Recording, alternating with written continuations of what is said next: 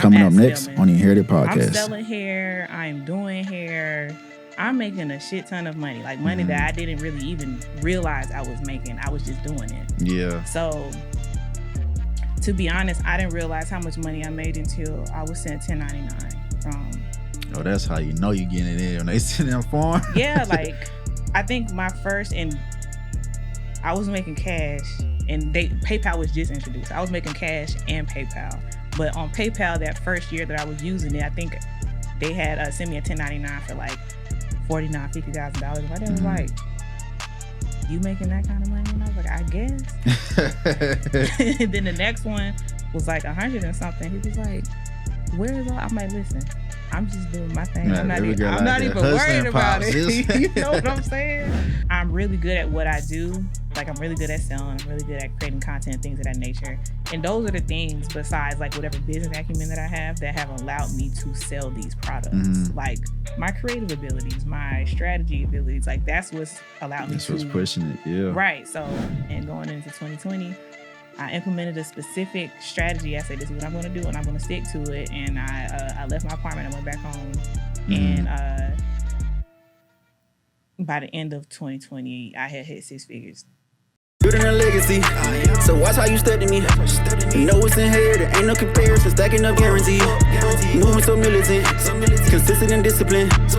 Getting that paper and stacking it up, no time for no chilling, man. Building a legacy, so watch how you step to me. You know it's inherited, ain't no comparison, stacking up guaranteed. Moving so militant, consistent and disciplined. Getting that paper and stacking it up, no time for no chilling, man. What's good? It's Sir Gates, and you're now tuned into the NHERITD Podcast. Welcome back again. If you are watching, I appreciate y'all for tuning in.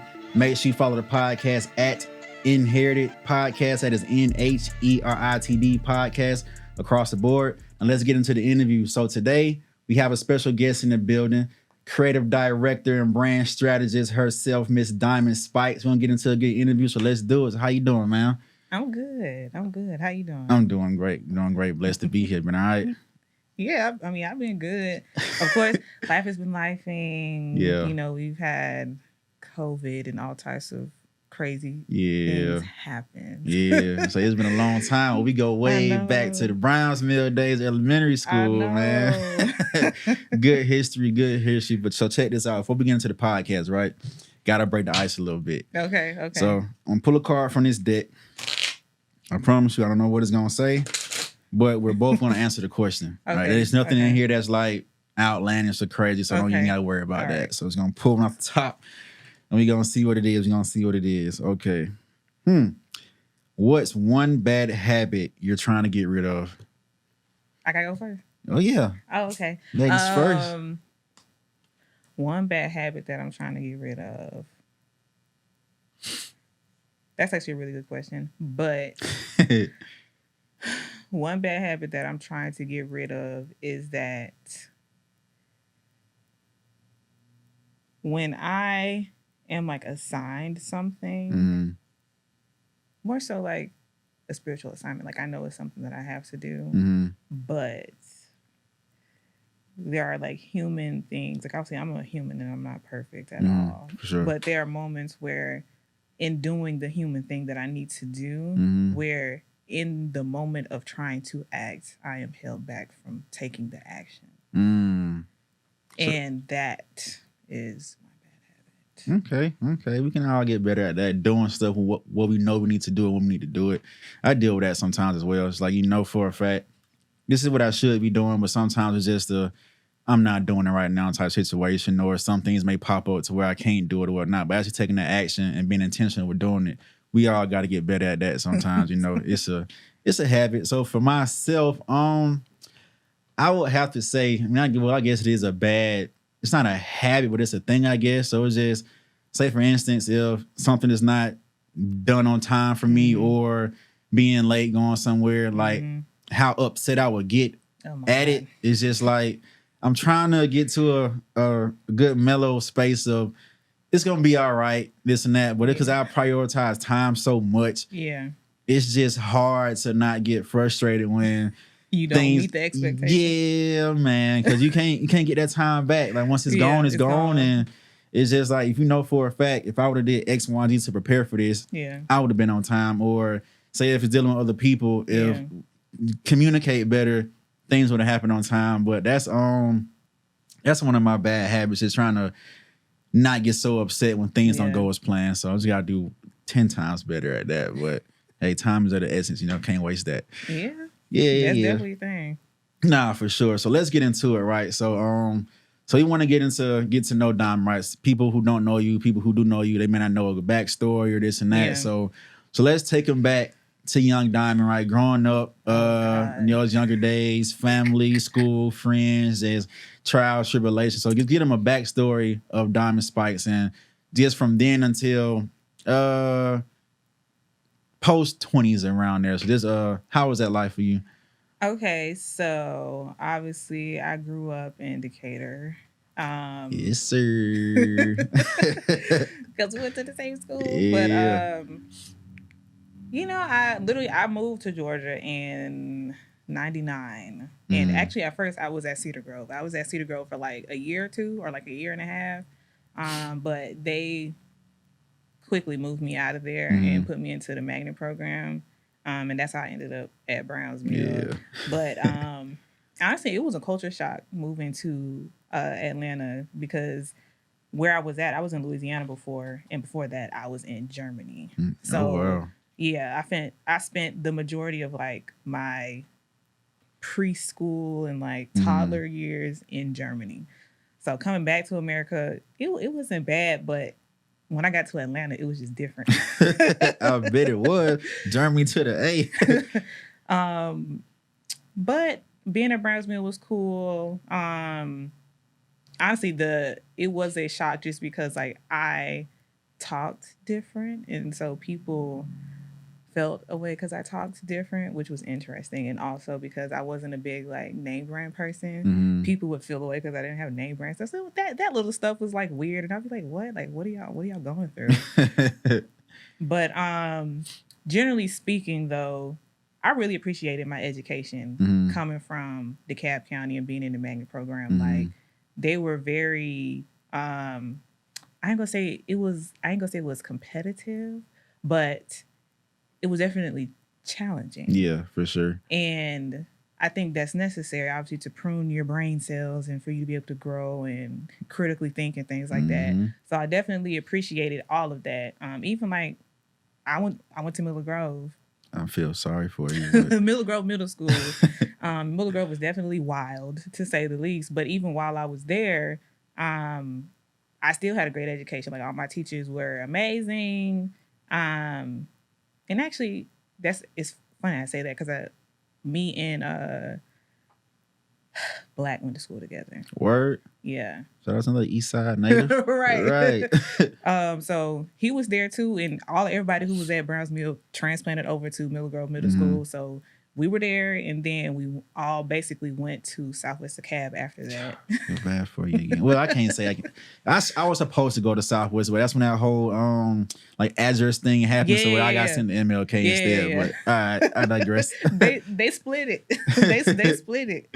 But Southwest was definitely, it was fun. Like, I loved being at school. Honestly, I was one of those kids who, like, generally speaking, like, as a person, I'm extremely sensitive. And I don't just mean like, oh, I'm emotional, but like, I was just born a sensitive person. Like, my immune system is overreactive. Like, I am just sensitive. Wow. And I feel things really, really, really deep. And that was something that would always kind of get me in interesting situations, because some people don't, and they don't be caring about all that shit. They be like, girl, like, why are you doing all of that? But that's just me. I can't help it. Yeah. So, like, I still remember certain things would happen. Like, I remember seeing my friends drink. To this day, I still don't drink. I don't smoke. I don't do any of that stuff. But I still remember, like, my friends drinking and stuff, and me just feeling so like you're messing up your body. Like, why would you want to do that? Yeah. Like, I care about your body. You were in tune with it. And I just be like, just relax. I'm going to be fine. And I'm like, I feel you, but... But, yeah. I definitely had an interesting, but definitely a great education coming out of DeKalb County. Now, that's just like me learning and me like interacting with people, right? Yeah. But on the other side, I had this whole enterprising side about myself, right? So, and I didn't mention any of that through talking about this, but it started at Browns Mill actually. So when I was in 6th grade, I had a project in my math class, Mr. Thompson's 6th grade math class, and we were supposed to create a business, right? We had to come up with a a business plan. We had to create an innovative product. Yeah, an innovative product, all of that. And I was like, okay. So I remember me and Janae Pierce, we were like teammates on the project. And I still remember like doing all the business plan stuff and creating the product and that entire process. I was just so like invigorated through it all. And I was just like, what the freak? Like, this is amazing. Yeah. I want to do this. Got you locked in. Young. Yeah, I was super excited about doing it and just how it made me feel. So kind of like from that point forward, I was just like this is, I'm doing this. Like I am doing this.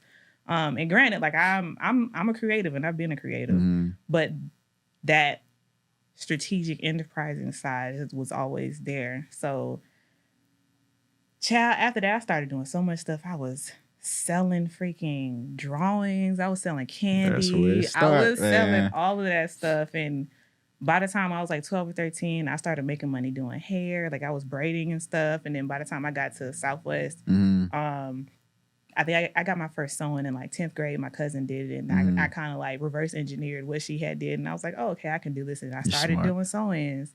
And then after I started doing my own sewings, I started doing other people's sewings. So like I never had like a little, oh, I'm gonna work at McDonald's. I didn't do that. I was doing sewings and doing hair and stuff.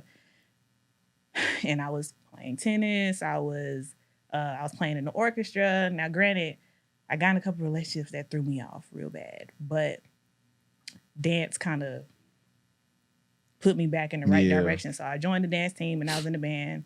And that really gave me a lot of my confidence back because, again, I'm super emotional and sensitive and stuff. And I was with humans that I just should not have allowed into my space. It happens.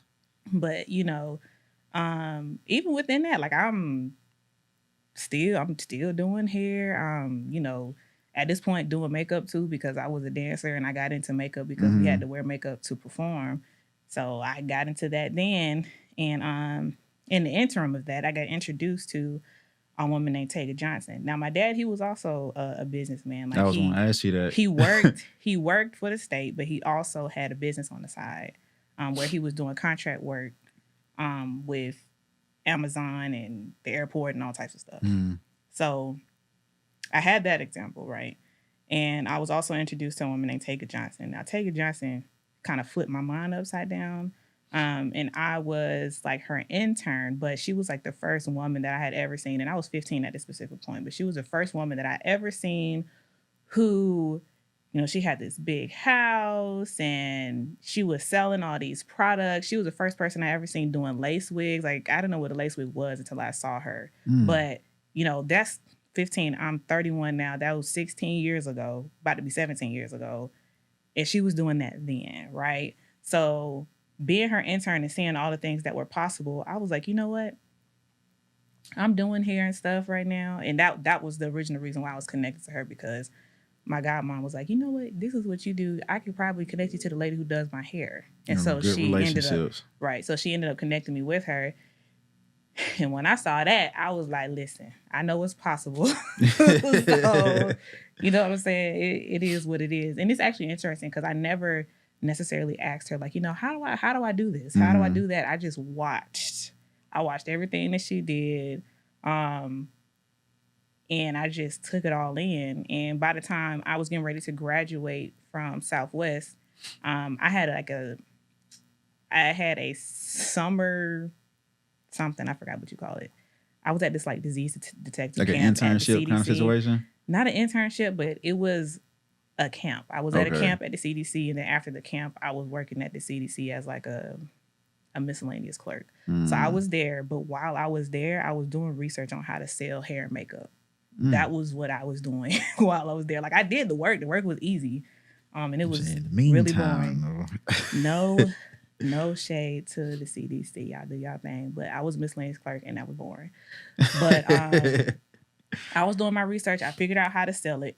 And I was like, okay, bet. So once I figured it out, and this was back when there was no PayPal, you know what I'm saying? There was none of this other stuff. So I had to pay these folks with Western Union. This was when nobody really knew what Alibaba was, but that's where I found my supplier at. And I came home and I was like, hey, mom and dad, like, you know, I want to try to sell hair and I found a supplier, but I got to pay him with Western Union. And my dad was like, if you send them folks that money over here, you are not going to get a product back. I was like, no, sir. And I was like, I mean, it's only like $100. So, like, if I lose that, I'll be okay with losing it. So, I did it. I actually did a little marketing on Facebook. I said, I'm going to have this, that on this day, right? And so I put it out there. And when the hair came in, I sold it all that day. Sheesh. And the makeup, I used to have like little sales for the makeup. People would like come over to the house and they would like look through it and like buy whatever they wanted. But really that was the beginning of me like going into product sales. And that was fun. But like from that moment forward, it was off to the races. Like I'm saying, and like by the time I was at Spelman, like this is me like between summer of senior year and like my freshman year at Spelman. So like I'm at Spelman, I'm selling hair, I'm doing hair, I'm making a shit ton of money. Like money that I didn't really even realize I was making. I was just doing it. Yeah. So to be honest, I didn't realize how much money I made until I was sent 1099 from. Oh, that's how you know you getting it in when they send them form. Yeah, like I think my first, and I was making cash. And PayPal was just introduced. I was making cash and PayPal. But on PayPal, that first year that I was using it, I think they had sent me a 1099 for like $49,000, $50,000. And my dad was like, you making that kind of money? And I was like, I guess. And then the next one was like 100 and something. He was like, where is all? I'm like, listen, I'm just doing my thing. I'm not even worried about it. You know what I'm saying? But, you know, this is all while I'm in school, I'm doing hair. I'm an art major. I'm a studio art major at Spelman. So I'm doing my artwork. I'm doing my classwork. I'm doing hair. I'm being a girlfriend.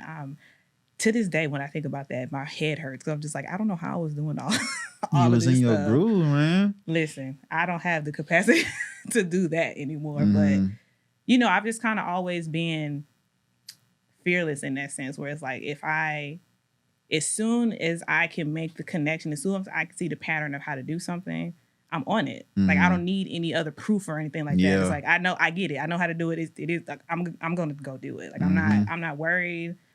I don't give a fuck what people thinking about. Like I'm just gonna go do it. Yeah, and the rest gonna find out on the back end. That's how it usually works. Like just hearing that, I'm kind of the same way to where if I can see something, I'm a visual learner. I love learning. Well, I love to do the hands-on work, but if I see a concept, a proof of concept, I'm just seeing like, okay, this is what it takes to do X, Y, and Z.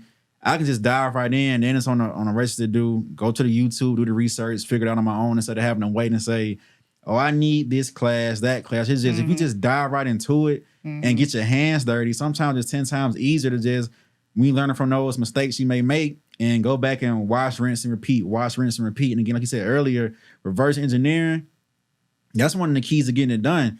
If you see how something is done, what did it take to get from point A to point B? But let me start at point B and work my way back and see all the kinks and this and that I had to do to get here and this and that. But it's amazing that you can just go from just that idea and just that hunger you had to say, hey, this is what I want to do. I don't care what's going on. I'm doing it. Like you say, girlfriend, school, hair. Out of all of that, I'm still getting it in. And that's a beautiful thing. But what I want to ask is, growing up, right, what was that? I know you said your father had a business on the side as well, but outside of him and also including him, what did you see or what motivated you to get into that mindset of, I love brands, I love business, I love just that being on my own type situation. I'm not saying I want to work for somebody else, but what motivated you to do that?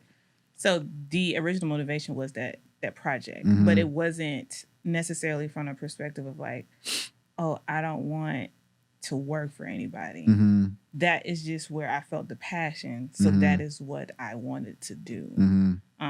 Granted, I also wanted to be an artist. When I was little, I wrote on my little preschool paper, when I grow up, I want to be an artist. So, you know, that's a thing too. But when it came specifically to like business and things like that, like starting with business, that's just, it was almost just in me. I was about to say, this had to be something natural. There was nothing besides me experiencing what I experienced. I felt the flame and I said, I don't want this shit to burn out. Yeah. Like, period. Now, when it came to branding and stuff, obviously because I'm a creative, those things were things that I was doing. And for the most part, like when I was doing all this stuff, there weren't a lot of like entrepreneurs our age doing a lot of stuff. So in that time period, a lot of people were looking at me. That's, you know, I had got into like Wake Up Now and stuff like that. And I had broke a record in the company and people started paying attention to me in a different way on social media. So a lot of people knew me from that. A lot of people knew me, especially at school and stuff, from hair. So people just looked at me as a businesswoman. Like, Diamond, that's her. Like, business is her thing. Like, that's what she does. But people didn't necessarily see the creative side of what I was doing. Now, granted, people did know that I did do the creative part. So, like, you know, I was even still doing, like, logos and packaging and stuff like that on the side for other people's businesses. Again, I don't know how I was doing all this stuff. But I'm just here to tell the story. But, yeah, so, like, I'm doing what I'm doing with my business. I'm doing all the creative stuff, building a website, doing the packaging, doing all the creative shoots, doing all the creative content. I'm also, you know, doing graphic work for other people's companies on the side. And for me, actually, it got to a point after, because I had got burnt out doing hair. One of my life lessons that I'm here to learn on this earth is how to properly balance work and personal life. And I'm getting better at it, but that's definitely one of the things that I'm supposed to learn. Like, I have a natural inclination for business and for strategy and stuff like that. Like, it's just something I am great at, right? But when it comes to me being able to do both and do them well, that's a place where I struggle a bit. So as I've matriculated through this process, there have been different points where I've completely stopped, and I'll stop for like a couple months and then I'll come back to it. But there was a point where I got really burnt out from doing hair because I just wasn't managing my bandwidth properly. And so I had to just put that shit down. Like I said, I'm just making whatever I need to make in order for me to live. And I just took a break. Like, and I remember seeing that. I got back introduced to you like from post elementary school. I seen you booming with hair. And I did see a period that was like, I didn't see it anymore. Never thought you quit. But of course, like I say, burnout does happen. But when I seen you was going crazy with the hair, selling this, selling that. So I'm like, damn, Diamond. But it was always good to see. But and that's like, it's a process as far as the, I guess I said, like the work-life balance situation. Because with myself, I still to this day, I don't know how to cut it off. But it's because in my mind, it's still like, I understand that when you're responsible for your branding, your marketing, opening, closing, shipping, it's like nobody else is gonna do it for you. So you have to do it. And if you don't do it, either you can fall off, lose your position, or just lose your state of mind of it being on point. But just trying to cut that off, then it's in an entrepreneurial realm. Sometimes it takes 12 to 16-hour work days to get stuff done.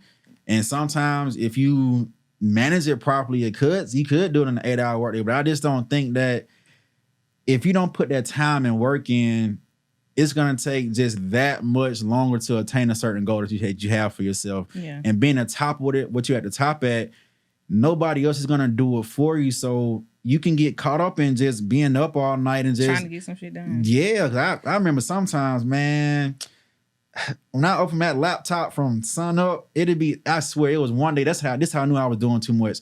I used to forget what day of the week it was. I would be up from that morning, and when they transited to 12 o'clock, past that next day, and I go to bed, I'm like, damn, today Tuesday? Is it Wednesday? But it was just so much that had to get done. And I knew I loved doing it, so it wasn't like I don't want to sit here and do it because I love to do it. So you get lost in it. Man, what? I could do it all day. But I've been told as well, like, man, come on, put the computer down and let's go do this and that. But it's tough knowing I battle with if I'm sitting out here having fun or this and that, I could be doing so much more on a business tip with this time. I just can't force myself to go out and not saying, to me, sometimes enjoying life is doing business work. Enjoying life is that's a thing. Creating a product or trying to figure out how can I market this or how can I get this sale. Like it's a thing for me. Like I enjoy it. So, but I know for a fact I do need to spend more time on a calmer level of just let me just go out here and just love the trees, just seeing that the stuff that's out here that I'm being thankful for. Just go hug a tree, take your shoes off, walk on the earth. Is that what you do to kind of reset yourself sometimes to get to clear your mind? So, and I still do it to this day, but I love going outside. I love being with trees. I love hearing the wind blow the leaves. Like, I just love being out in nature. And I mean, honestly, me and my husband both do. Like, he likes going to beaches. I love beaches myself. Same. But like, when it comes to that type of, you have to have structure in your business and in your life. So that was something that I realized that we kind of both lacked. And I also realized that was part of the reason why I was able to burn out so often. Like, I would have a good, whatever, couple months, 6 months, 7, 8 months, maybe even a year, some change. But like at a certain point, I hit that, I'm getting tired as fuck. And I have to like do something different. And I just realized that I didn't have the proper structure in my personal life. And when you don't have the proper structure in your personal life, it makes you feel like what you're doing outside of business is getting in the way of business versus you understanding what pieces your personal life play in business and vice versa.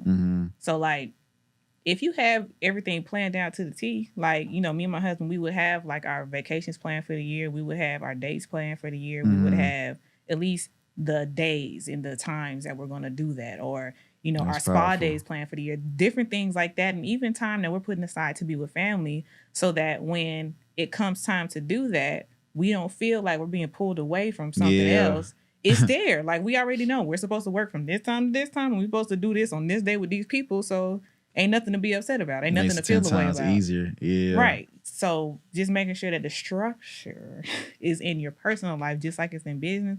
I think that was really a game changer for us, and it allowed us to, especially him, allowed everything to just be more calm because you're not just like anxious about people getting in the way of progress. Because when you know the goal that you're trying to reach and you can guesstimate the type of time it's going to take you to do, if you can plan it out properly across the calendar, everything else can fit in, and it's just, it's not a big deal. So I think really just takes that structure.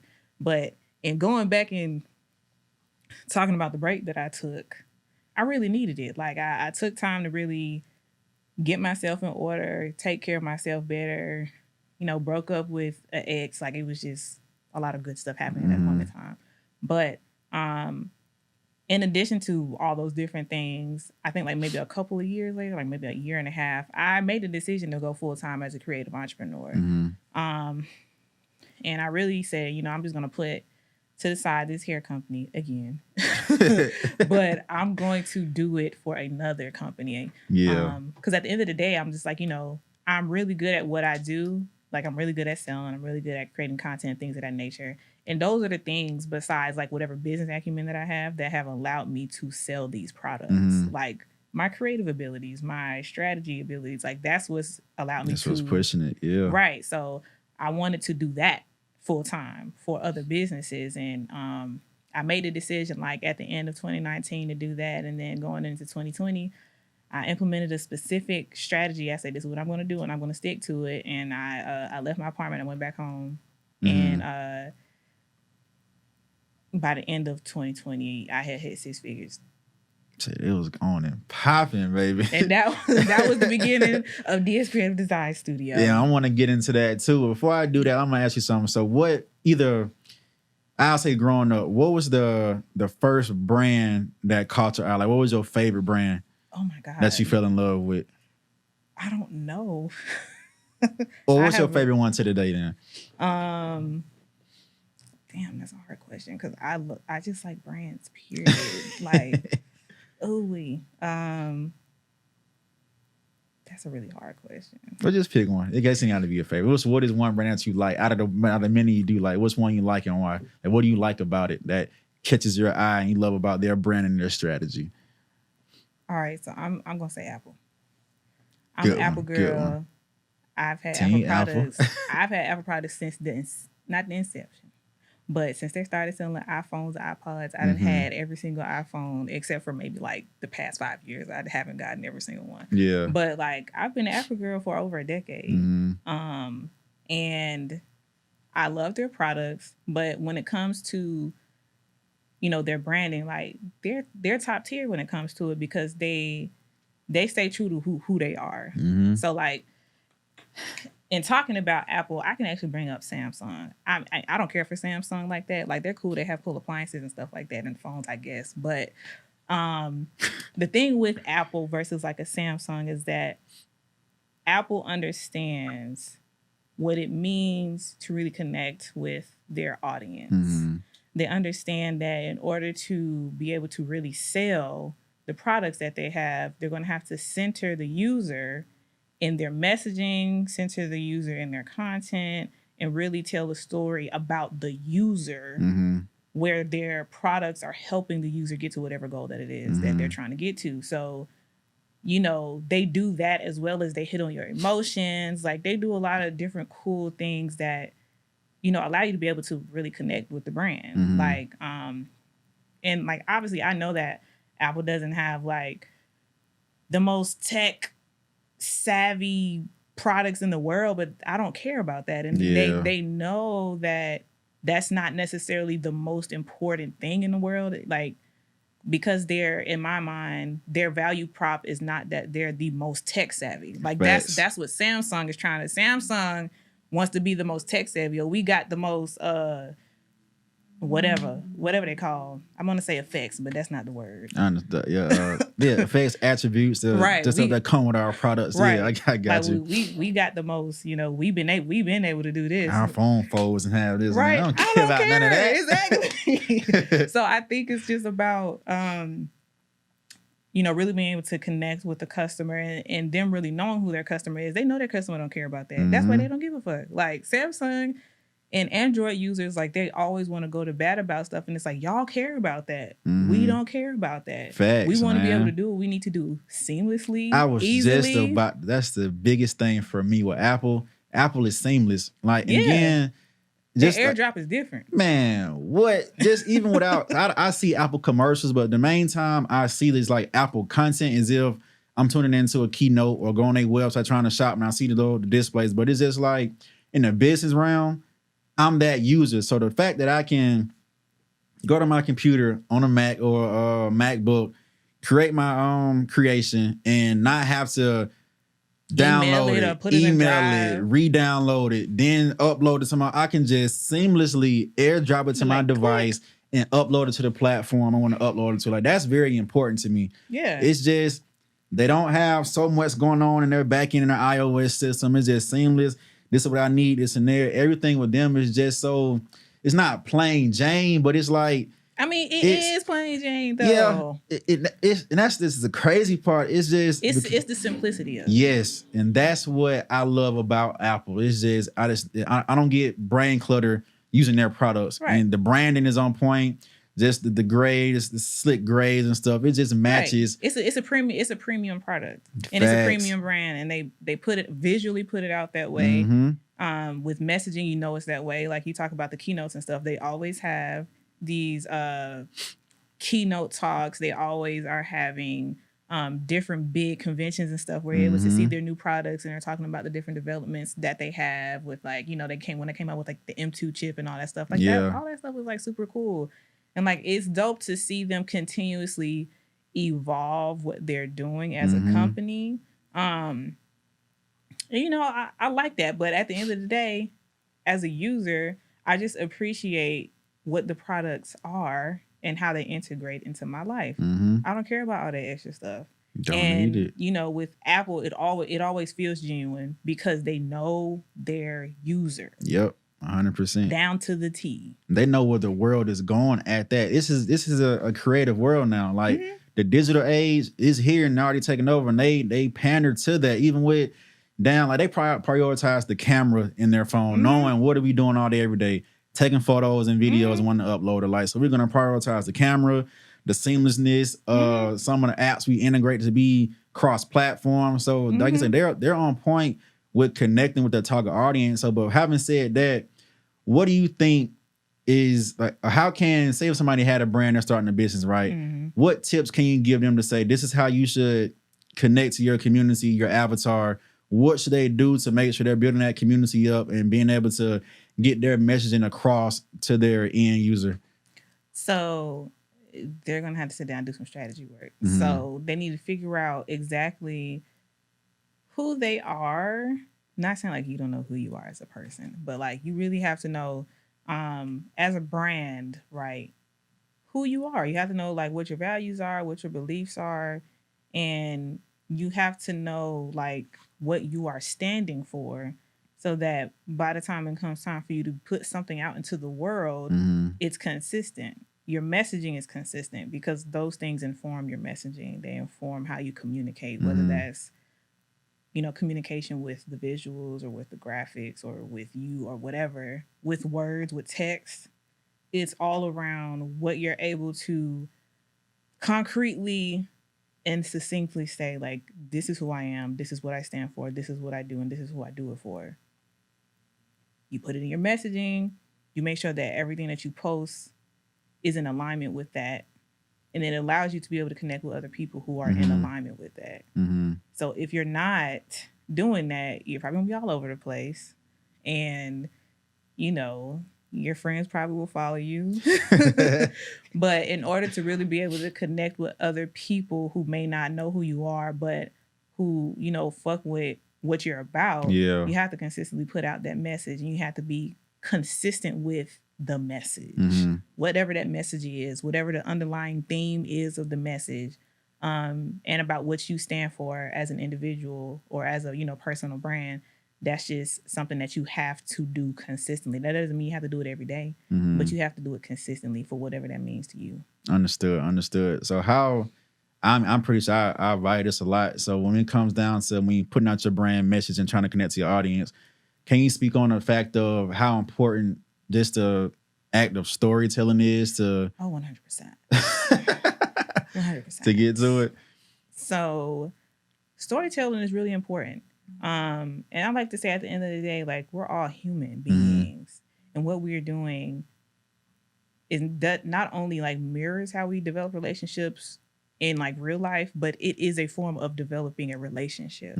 So if you want people to be able to connect with you, you're going to have to speak. Facts. And not just in the sense of like, oh, I'm going to share a quote here and there, but like, you're talking about your life. You're talking about things that you experience. You're talking about the things that are in alignment about what you value, and you're telling the stories that also go along with that. Now, of course, like there are different strategies and things like when you go a little bit higher, when you want to talk about like brand storytelling and things like that. Like there are formulas that you can do, but just generally speaking, it's important to tell stories. Like people fall in love with musicians more when they watch documentaries. Facts.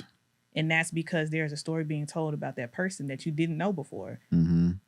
Because prior to, the only form of storytelling that you really get from artists is their songs or their music videos. You don't get the other side of the story, which is, who they are, where they are from, and the different aspects that allow you to just be able to forge a deeper connection, deeper emotional connection with them. So definitely tapping into storytelling is really important. Like you really have to be able to connect with people on a human level because we are fucking human. Right. And that 100%. At the end of the day, that's just what matters.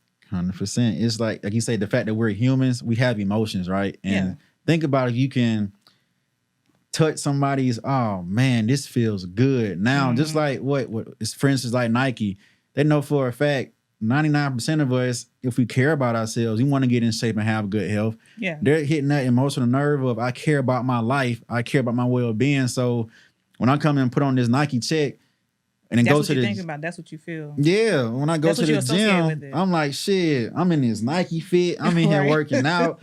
I'm matching everything they stand for. So it's just trying to get to that, touching those psychological things inside of the human brain. It just really activates them to...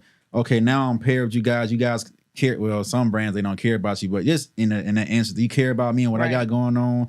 We got this emotional attachment. So now dealing with emotions, I'm falling in love with this brand. So guess what? Every time you drop, I'm on it. Hey, you want my card, man? Got the card saved inside the database and everything, man. But so that's just, I love that you touched on that. But so say if you had a let's see, what can I call him? Jake from Little Rock, Arkansas, or whatnot. He said, hey, Miss Spice, I'm trying to start a brand around selling the new Oreo. If you can sit down with him for like 2 minutes, what would you say the top 5 things he should focus on out of the gate to get that brand started? Okay, why he wants to sell the new Oreo? But that's a good facts. Because it's really random, but definitely needs to know why. He needs to be able to figure out who buys that Oreo. So doing market research to make sure he understands like who the buyer is. What else? Developing a plan to be able to market the product. Obviously having whatever platform that he needs in order to sell the product, and then content. Because at the end of the day, and also honorable mention, customer service. But that's a big one right there. Content is important. And I know we're in a content economy and an attention economy, but I genuinely feel like is going to change. Like the way it is now is going to change soon. You think so? I think it is. What do you think it's going to change to? I think that, so I have to say first, like, again, we're human, right? Yeah. Naturally, we want to connect with each other. But also, naturally, we do not function in the way that the attention economy is allowing us to function, with everything being so popcorn stuff. People don't like that. We don't. We do it because we are attached to the scroll, but we don't like it, which is why every time we find something consistent or somebody consistent, we ground ourselves in that person or in that thing, because we're like, oh, shit, in the sea of all this stuff, I finally found something that feels solid. And I think that long form is gonna go back. Everything's gonna go back to long form. I think things are gonna go back to people waiting on folks to drop stuff, to where it's more like personal and more engaging. And I was talking to my husband about it. I was like, we thinking about all the stuff that the luxury brands do, and we call it luxury, but really it's just human. Like they personalize things. They make it personal to you. They make you feel special. That is just human. That's not luxury. Like when you do stuff for your wife or for whoever, for your mom, for your dad, and you make it special for them, that's just because you care about them and you want them to feel that care. But that's human. That's not luxury. And I think that brands are gonna go more towards that. I would hope so. Yeah, like it's gonna hit a brick wall. Because I enjoy long form content, because it's just what I love. I'm into like movies, documentaries, and just sitting down and consuming things. So if I'm only most getting people are 10 seconds or something, 15 seconds, it's like, all right, I get it. But it doesn't really give me a chance to figure you out or connect. I'm gonna have to keep waiting on it to pop back up unless you really got that good a minute and 30-second clip to where I'm like, okay, now it's gonna move me to take the next step. Let me go to your main profile. Then, okay, next step. Let me hit that link to that website. That's why all of that stuff works, because you want more content. Like that's why YouTube is still the top, because long form content still wins. Because it's the next best thing next to TV. We don't watch TV anymore, but we've had YouTube ever since TV. That's a fact. And that's why TikTok is now going to long form content. They allow you to upload long ass videos. I'm telling y'all, it's gonna go back to that. How soon do you think it's gonna happen? Within the next how many years? We got by 365, a little bit more than that, because the way things are going, it's going to hit a brick wall. And that's honestly, I've had another break, so I'm in the middle of another break where I took a step back and I was like, the way things are going doesn't even feel right in my spirit. So, I had a lot of coming to Jesus moments, and I had a lot of confirmation about a lot of different things that I'm supposed to be doing, which I'm grateful for. But one of the things was that, and how I'm going to be able to do what I need to do is a lot of it's going to be through long form content. Like, so you kind of sitting back playing the field right now, just sitting back and observing and prepping for it, or yeah, pretty much that. And I already know what it is that I need to do, and what we're doing is a part of that. Like, I need to talk more. Yeah, like I've been doing this shit for a very long time. You have, and like I don't look like an OG, but I'm an OG. So you got young OGs out here. It's important for me to really talk about what I need to talk about. Because I have a lot of shit to say, especially about capitalism. That's another conversation. That's a fact. That's a part of telling your story, though. Like you say, the storytelling is just when you get to this dig inside of somebody, you'll be surprised that sometimes you will, sometimes you won't, but just how much they know or how much they've experienced in a certain area. And if we don't sit here and talk about it, it's just, you learn all this stuff for what? If you're not trying to at least give some value and get it out, like, and talking to one outside of just a business around, it's a form of healing, in order to be able to release this stuff. We bottle so much in to where it's just like, how can I get this stuff out? What methods can I use? But like sitting here just having this conversation, you've released so much value and information out to the world, which is a good thing. So I do encourage you to keep it going, man, to provide this content. I'm out here getting together my little stuff so I can help folks. Because honestly, I'm more like a Gary Vee. Like, I can talk about this shit all day. Like, I'm not trying to make money off of telling you stuff. You know what I'm saying? Like, it's just not that serious. How you feel about that? Because he kind of, I've always known, of course, when we do stuff, we got to eat, we got to make $1. But I love to subscribe to his point of where if you're just putting out value, all that other shit is going to come to you. But it's just like a lot of people out here, it's always the throw out the hook real quick. I'm giving you some value, but end of that, hey, sign up for my $1,000 course. So that's the thing in itself. And I think that's just because people understand that information has value. You can sell information. And, I don't necessarily discourage people from selling information, but like a lot of people are against giving out free information because that's what they do for a living. They sell information. I don't sell information for a living. I brand businesses. My company designs stuff and does strategy and stuff. So I can give out whatever the fuck I want to give out because I don't make money from giving out the information. Like, that's the same reason why, Gary Vee does what he does, why Alex Hormozi does what he does, because that's not what they make their money from. They have their companies, they have their investments in place, and why gatekeep the information? I don't. That ain't gonna do shit for me. I mean, granted, like, you're not gonna call me up on my phone and demand my time. Like, then you'll have to pay. Time is valuable. Like, you know what I'm saying? Like, I would rather be like with my husband or my family. And that's a whole nother thing. Like, I value time a lot differently because I spend so much of my time trying to build businesses and stuff, and my relationship with capitalism has altered. But I in a positive or negative way? Neutral. Okay. I think because I have a more human lens to capitalism, and I know capitalism is inherently not the best thing, even though it may seem like it is. But that's another conversation. Yeah, it is. I was like, it's the country we live in, so it's like trying to adjust to that, knowing it's a capitalist country. So it's like, if you're not going that route, it'll be a lot tougher for you. Not saying like survive, like life-wise here, but just to progress here. It's like I say, that's a whole different topic, so we ain't gonna get into that. But that's where we at in this state. But I wanted to ask you next. So throughout your journey, right, has there ever been a time where you was like, man, even not saying taking a break is different, but where you was just like, real deal, man, I quit. I don't want to do none of this no more. I might change my whole path and go this way. You have better moments? I feel like everybody has those moments, and it's natural because we're human. And again, we're not built to be doing that. Like, capitalism is unnatural.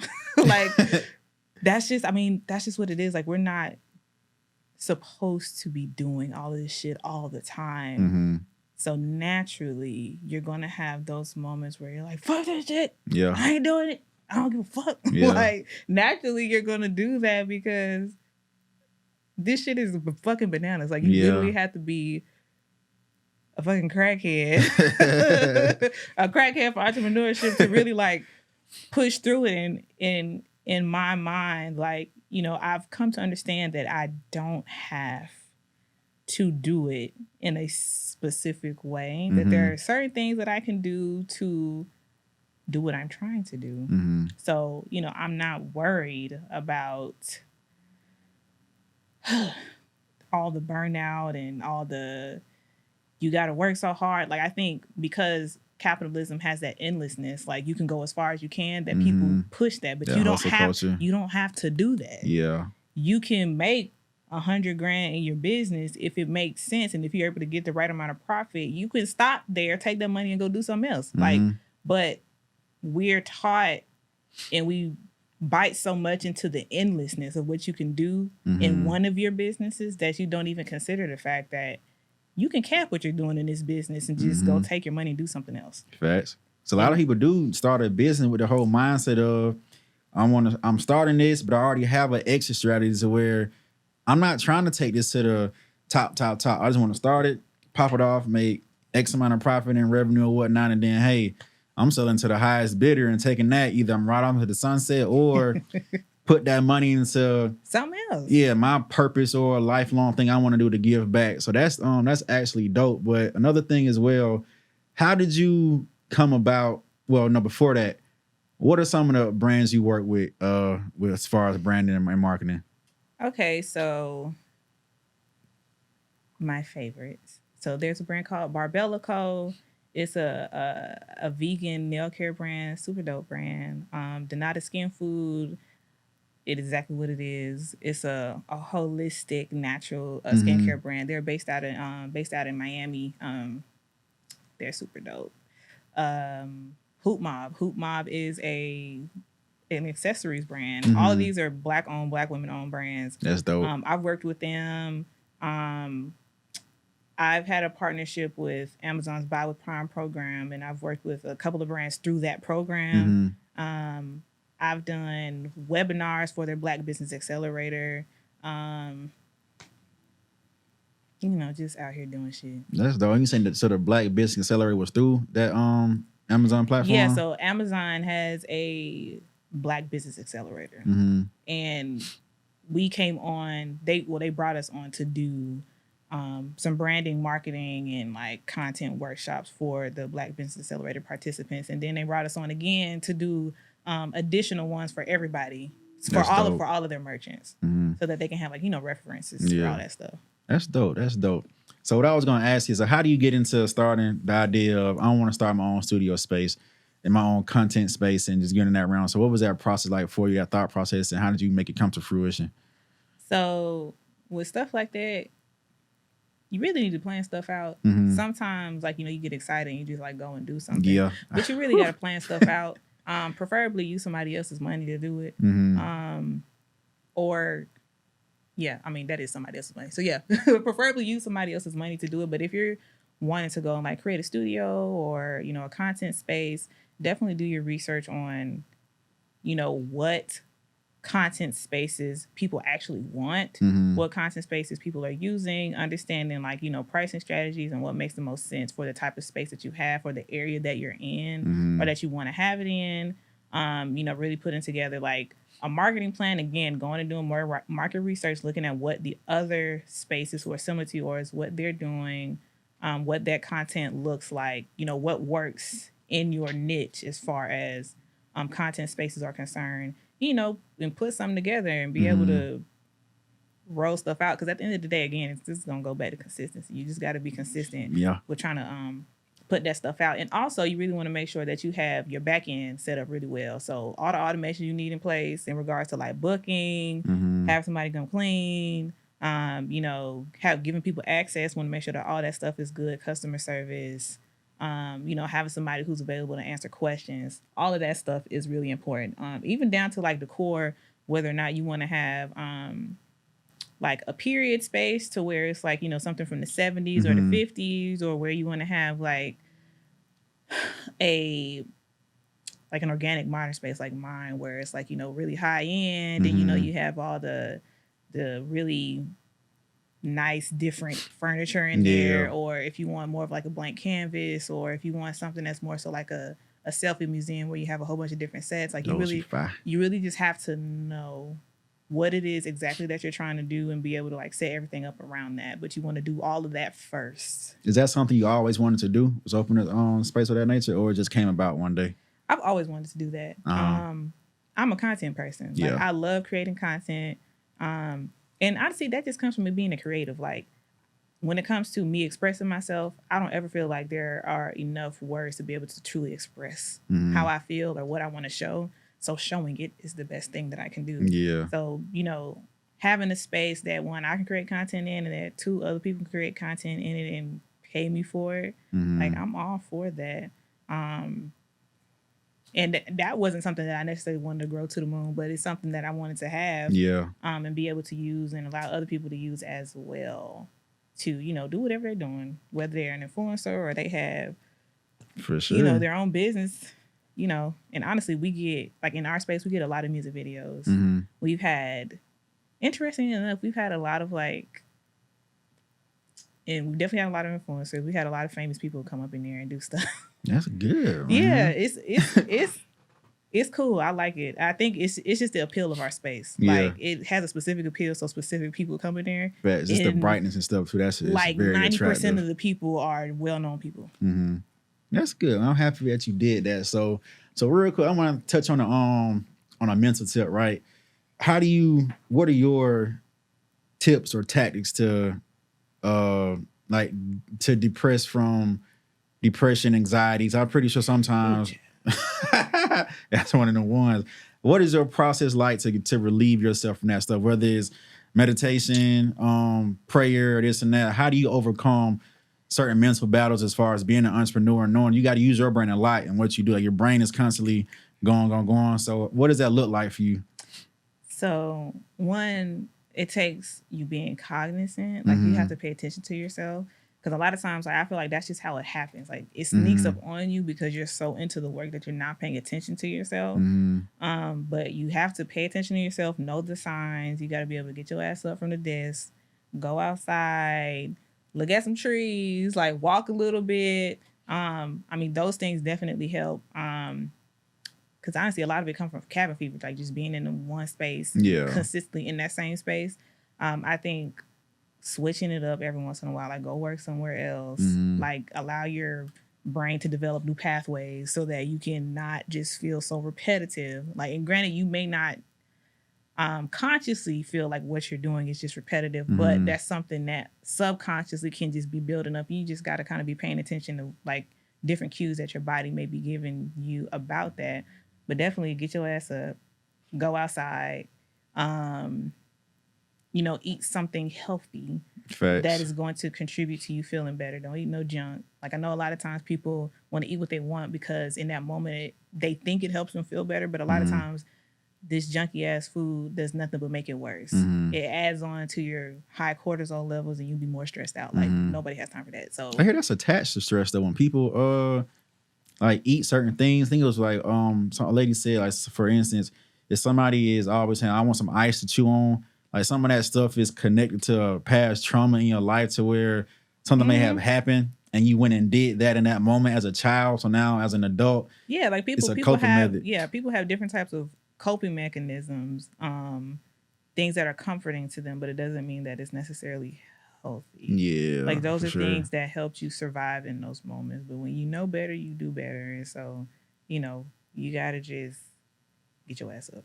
Nah, for sure. Nah, so look, before we get out of here, right? I usually always ask my guests to give some inspiring motivation to somebody in your field, right? Who wants to come up in that field, who is maybe scared to take that leap of faith and say, hey, I want to just jump out here and start creating or start branding and marketing and stuff like that. So can you just give some advice on how to either get started or just to navigate that mindset into where you are right now? I would say, one, make sure you study your craft. Like, I understand, wanting to do something. And there are a lot of self-taught people out here, but just make sure you study your craft. Make sure that you're confident in what you're able to do. That's a big thing because, people talk about, what's that syndrome? Imposter syndrome. And sometimes it's warranted to where you not there yet. And so you feel the way you feel because you're not there yet. It's not necessarily that you're an imposter, but you're just not to the point where you're confident enough in what you're doing. Rightfully so, because you ain't done it enough times to really be confident in it. And that's a real thing. So, make sure you study your craft and make sure that you repetitively do it so that you get confident in what you're doing and the results that you provide for people. And also that you know who you're trying to do work for. Like something that I believe in heavy is niching. Niche down. I know people think it's backwards, but it's not. When you niche down, it allows you to be the only option, which allows you to stand out. And when you do that, it allows you to get to the top faster, which then gives you visibility to everybody else. Powerful. So definitely niche down, study your craft, get really confident at it, and put yourself out there. Another thing I would say is network. And I'm not saying go out to networking events and shit, but like go to unconventional spaces where networking would not be the objective. So like go to a bar in Buckhead, or, go to a place where you can meet people of value and just be there. Like, maybe do some work there, whatever. You're more likely to come across somebody and create a genuine connection there. And that turns into something else versus you trying to go, no shade to Invest Fest, I'm sure it's amazing, but trying to go to Invest Fest and, trying to network with people and stuff. And I'm sure people are networking there, but even especially for like introverts, it's a lot more difficult to go into spaces like that and to try to meet people, because I ain't meet nobody. I'm going to go in there, I'm going to listen. I'm sure I'm going to see people I know, I'm going to say hey to them. And they're like, oh, do you know such and such? And sure, in that moment, I'll, meet somebody. But to me, there's just a lot more value in being able to connect with people in spaces where you don't expect to connect with people on that level.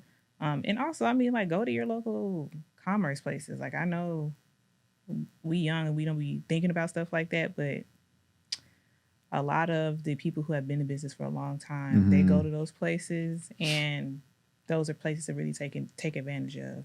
That's a fact. I know I said about the end, but real quick, I just want to piggyback on something you said as far as niching down, right? I heard it was yesterday on the podcast. The guy was like, this is the example. This may resonate with somebody. He was saying there was a guy who wanted to start a company selling like gloves for snowboarders, skiers, and this and that. So the guy was just like, well, I really don't want to niche down, because then that's just gonna lower my chance of all these people buying my stuff. But he was like, no, look at it like this. Say if you take these gloves, right, and say these gloves are for experts, the highest ranking skiers, snowboarders, and this and that, that use them all the time, 24/7. It keeps their hands warm. The grip is good. He was saying what that is going to do is allow the people who you think you're trying to reach to say, well, damn, if these gloves are good for these experts and they always use them, if they're good for them and I'm just starting, they damn sure gonna be good for me. So now let me buy into it. So that's just another good example of when you say niche it down to where it actually will work in your favor of just trying to hone in and focus on that one thing. So yeah, I agree 100% there. Like, and from a visual or physics perspective, we can look at it like this. Niching down allows you to do this. Allows you to do this, right? So when you go up here, everybody else down here can see you. But when you're down here, everybody can't see you. Proximity-wise, the people who are closest to you can see you. But until you go like this, and you're up here serving the people who you're serving, everybody else can't see you because you're trying, like, first of all, you're not loud enough because you're too general. Yeah. But once you get specific, then those specific people will see you. And then everybody else will see you. Facts. That's just how it works. Giving out good game. So before you get up out of here, you got any announcements you want to give out to the people? Do I have any announcements? Honestly, I don't feel like I have any announcements for you guys, but y'all can always follow me on Instagram, The Diamond Spikes, Facebook, the same thing, LinkedIn, the same thing, TikTok, the same thing. And if you want to subscribe to our newsletter, you can go to dscreativedesignstudio.com and subscribe. But that's all I got for y'all. That's all good. You gave out some good value. But again, I am Sir Gates. You can follow me on IG at Sir Gates BC. Make sure you follow the podcast, NHERITD Podcast, NHERITD Podcast across the board. This is another dope conversation, so make sure y'all keep subscribing, turn those notification bells to tune in every week when we drop. So until next time, we out and we'll see y'all. Great one.